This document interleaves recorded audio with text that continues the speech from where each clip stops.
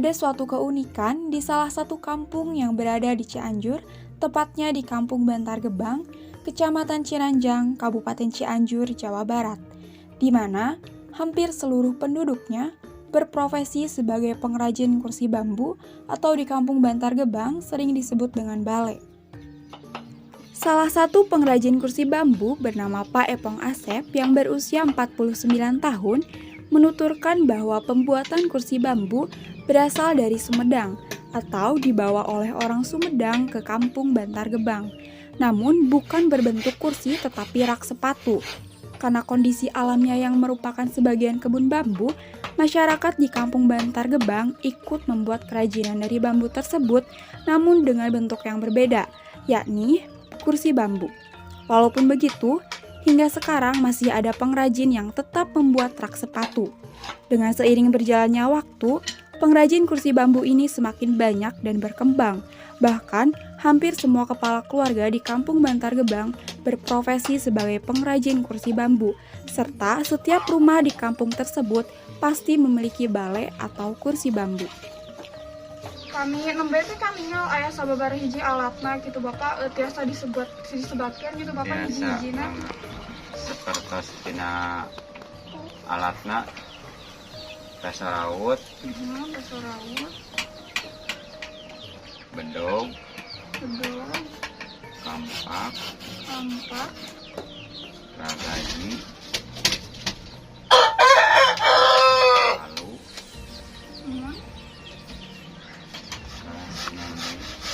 Aku panggilnya. kotak. Pada awalnya, pembuatan bale atau kursi bambu terbuat dari jenis bambu tali atau jenis bambu gombong. Namun, karena kreativitas pengrajin bambu yang semakin berkembang, maka para pengrajin mulai mencoba untuk menggunakan jenis bambu hitam. Selanjutnya, menurut Pak Asep, banyak pembeli yang tertarik dengan bambu hitam karena menarik dari segi warnanya dan menjadi keunikan tersendiri. Maka dari itu, sampai sekarang para pengrajin kursi bambu tetap menggunakan jenis bambu hitam. Janten upami Bapak kinten-kintena kursi sapertos kieu teh sabaraha lami gitu. Upami menakna anu awi sae kadang-kadang 5 tahun 3 tahun kiateun, malahan langkung ti 5 tahun ge kiateun gitu.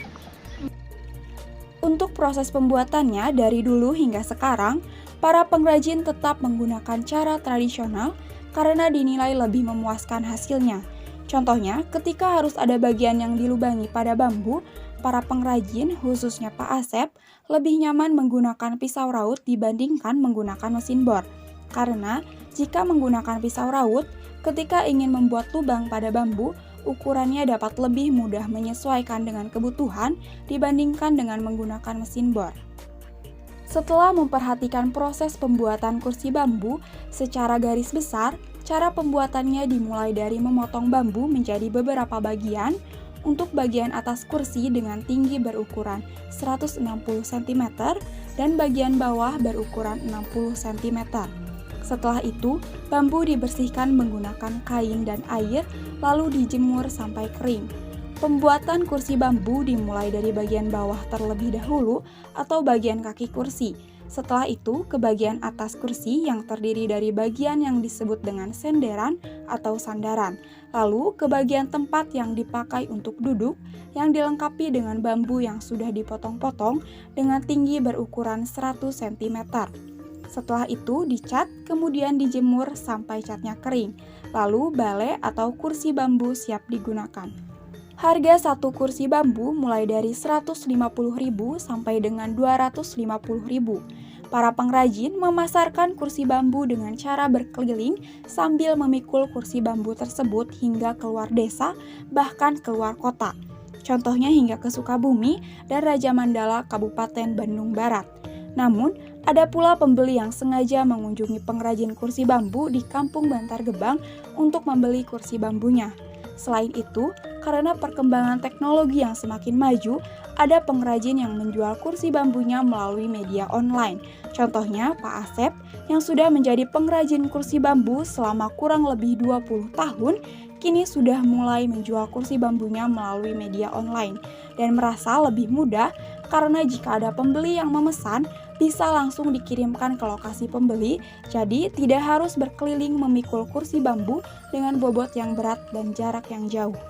Para pengrajin kursi bambu hingga sekarang tetap mengutamakan kualitas serta keunikan dari kursi bambu.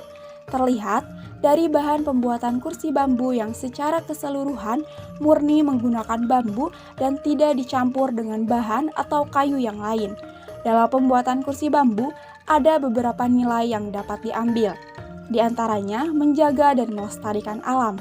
Karena bahan dari pembuatan kursi bambu ialah pohon bambu, maka para pengrajin ketika sudah mengambil bambunya akan menanam kembali bambu tersebut agar tidak habis atau punah, dan mempertahankan serta menjaga kebun bambu agar tetap lestari, tidak tergantikan atau tergeser menjadi permukiman penduduk.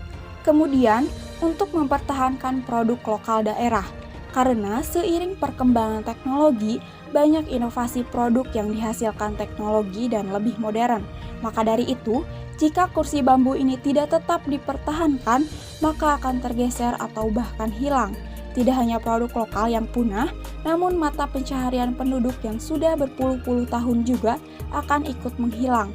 Karena dengan peminat yang sudah tidak ada, maka mereka tidak akan lagi membuat kursi bambu tersebut. Selanjutnya adalah sebagai suatu ciri khas dari Kampung Bantar Gebang yang membedakan dari kampung lainnya, yaitu kampung yang memproduksi bale atau kursi bambu dengan keunikan bambu yang digunakan, yaitu jenis bambu hitam, dan proses pembuatan yang masih tradisional namun menghasilkan kualitas yang tinggi, tidak kalah dengan proses pembuatan yang menggunakan mesin.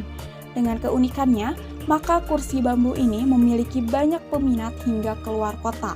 Kemudian, di Kampung Bantar Gebang, hampir seluruh kepala keluarga berprofesi sebagai pengrajin kursi bambu.